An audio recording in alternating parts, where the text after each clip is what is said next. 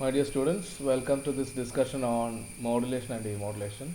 Actually, this portion happens to be the first part of your communication electronics module, and we will be discussing today the aspects of modulation and demodulation in it.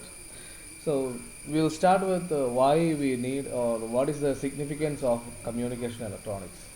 So basically, we started with communication way beyond our ancestors, and even we started with animals. Like they used to communicate using sounds as well as through pheromones and other aspects like threat display, etc. So after that, we humans took over it and we started communicating with sound, voice. We developed into complex languages depending upon the regional differences. There were a lot of languages, and after that, these languages were written. So these are written form of recorded forms of communication. So that's how it became growing into our lives. So basically, what we need is a method to transmit some thoughts in happening inside our brain to another brain. So what we do is we make sounds according to custom uh, commonly defined norms. We will be talking, and that is called a language. And the problem with the language is that usually we use sound waves to communicate.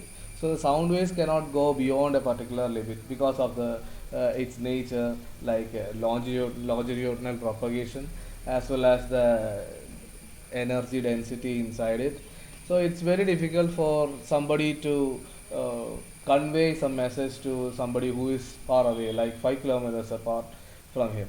So that is a very difficult thing, and of course there can be cases where you need to have some secrecy in communication. So when you are shouting at somebody at 5 kilometers, this secrecy is entirely gone. So you don't have any secret. Everything is public. So this kind of a secrecy, then long distance communication, etc., etc. So those things are very necessary in our communication in today's life. So that is how communication electronics came into existence, because electronics can boost a lot of things in our day-to-day communication, as we are seeing in our these times during COVID.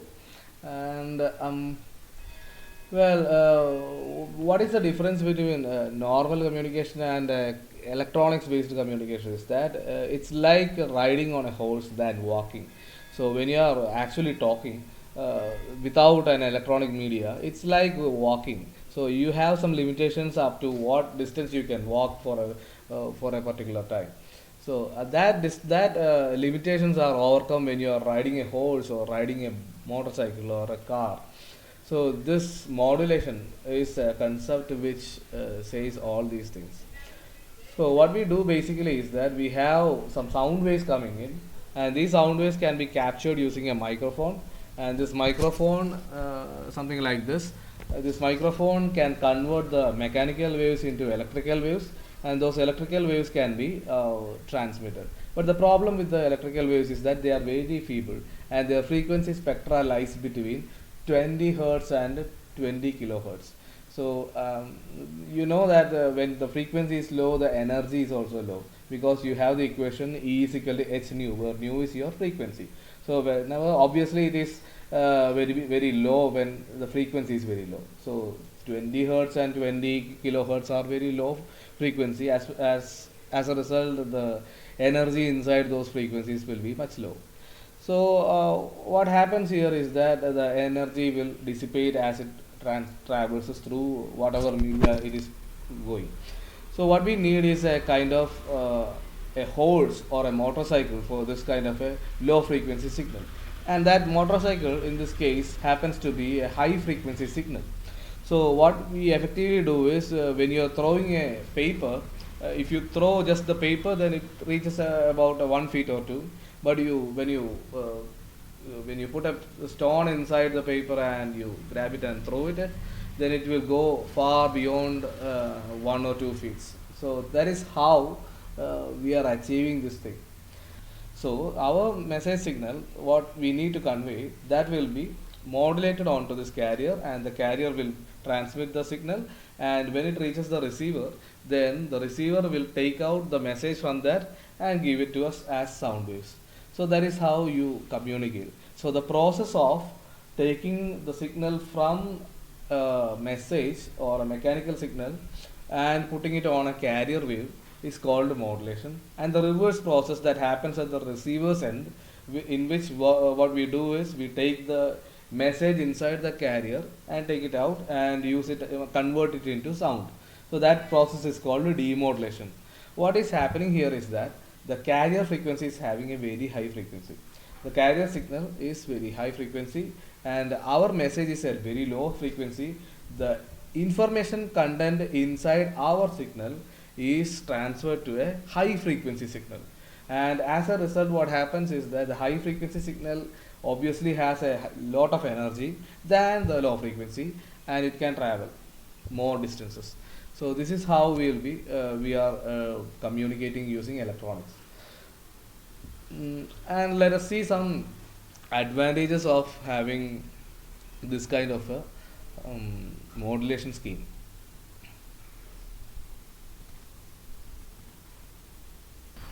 Let us look into the need for modulation.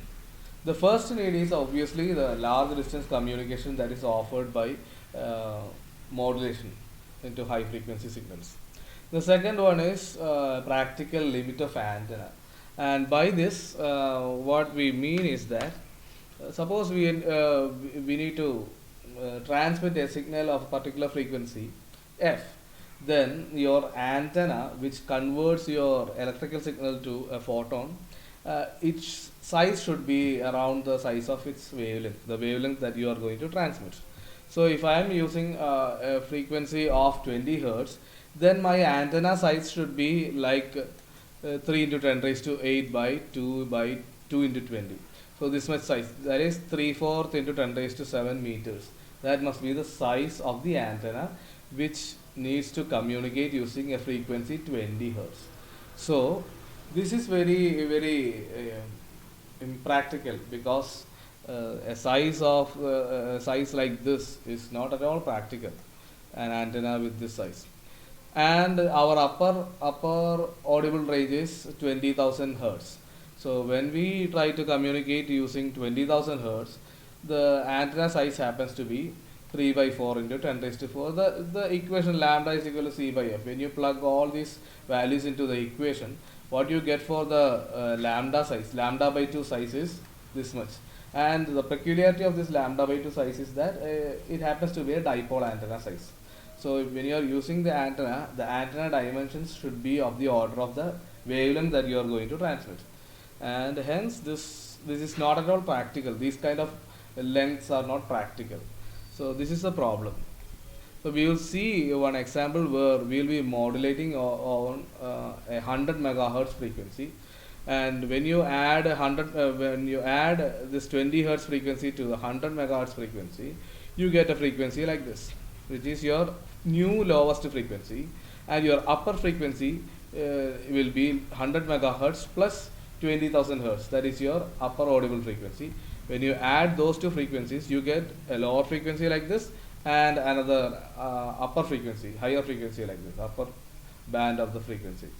So when you calculate the wavelength, dipole length, that is lambda by 2, length for the lower frequency as well as for the upper frequency using the previously mentioned equation, what you get is a length of 1.499 meter for the lowest frequency and another length of 1.4997 meters.